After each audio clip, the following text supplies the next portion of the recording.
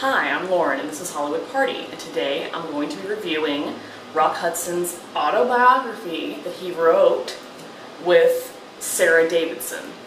I thought this was going to be similar to Desi Arnaz's autobiography because it starts off really interesting because it starts off at the end. It starts off with him in Paris where they have this kind of AIDS vaccine, kind of medicine, and it's really fascinating because he's like gonna be dying, and he rents a huge plane and has a nurse slash newspaper lady with him, and he announces he has AIDS to the world and that he's gay.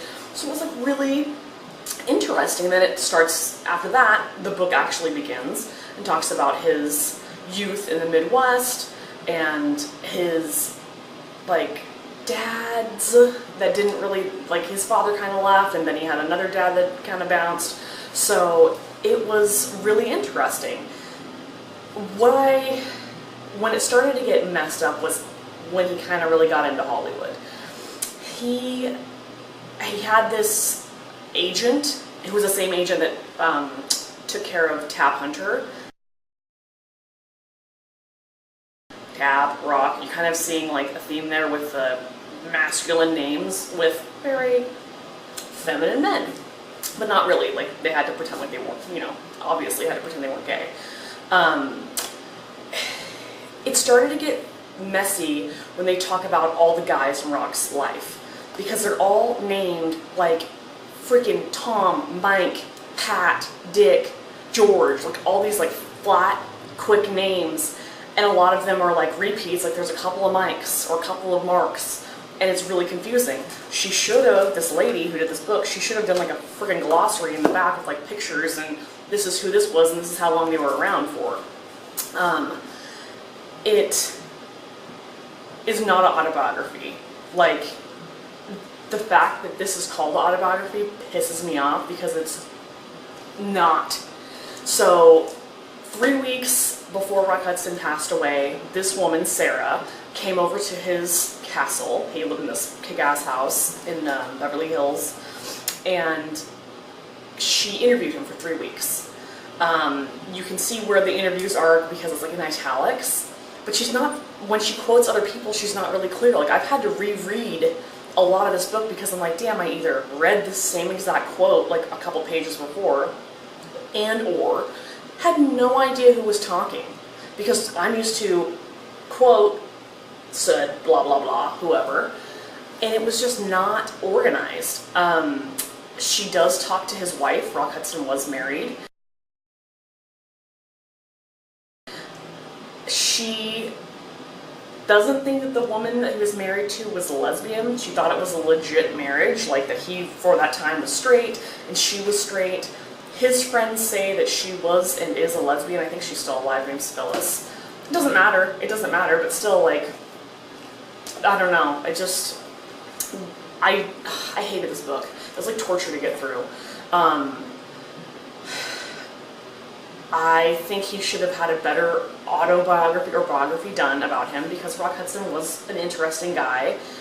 Totally had a lot of issues and totally conflicted with a lot of things in his life. He was gay, hid it, was conservative. He talks about him at the White House with the Reagans. So, I don't know. I hated this book and I wouldn't recommend it.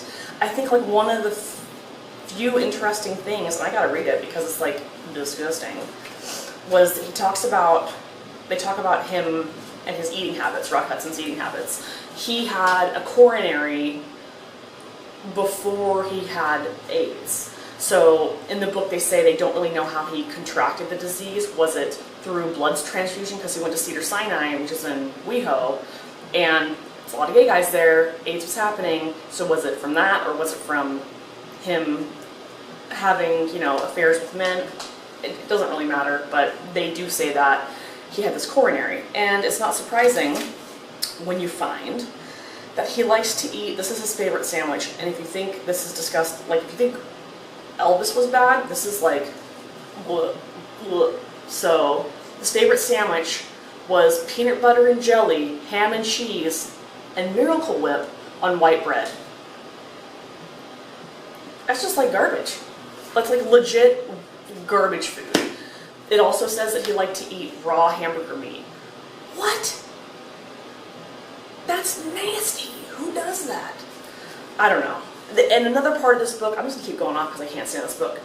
Another part of this book I really couldn't stand was they talked about like his movies, which is totally fine, but they would take 3 to 4 pages and talk like about the movie, like give the description and scenes in the movie with quotes from the movies, like scenes from it, like printed out. And I'm just like, you know, I feel like there's a lot more to his life. Like you could have had more to print other than that.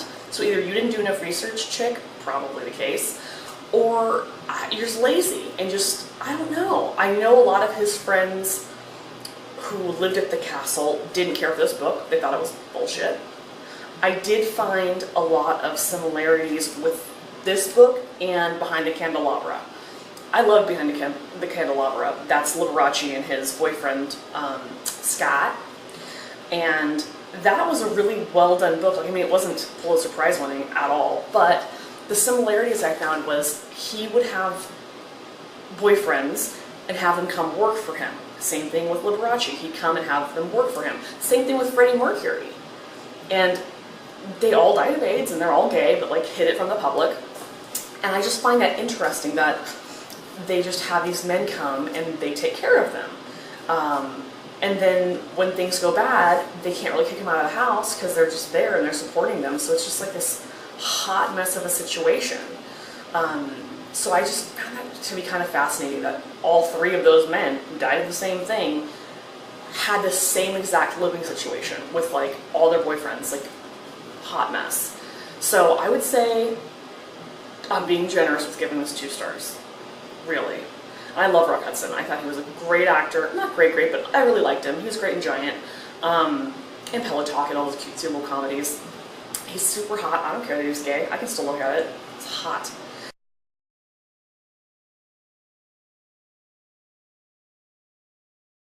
And he had a great voice. So I really wanted something better for him than this turd of a book. So I'd say if you're going to write a book about Rock Hudson, or if you're studying him for something, I guess read it. But other than that, nope, absolutely not. So I'll see you next time. Bye.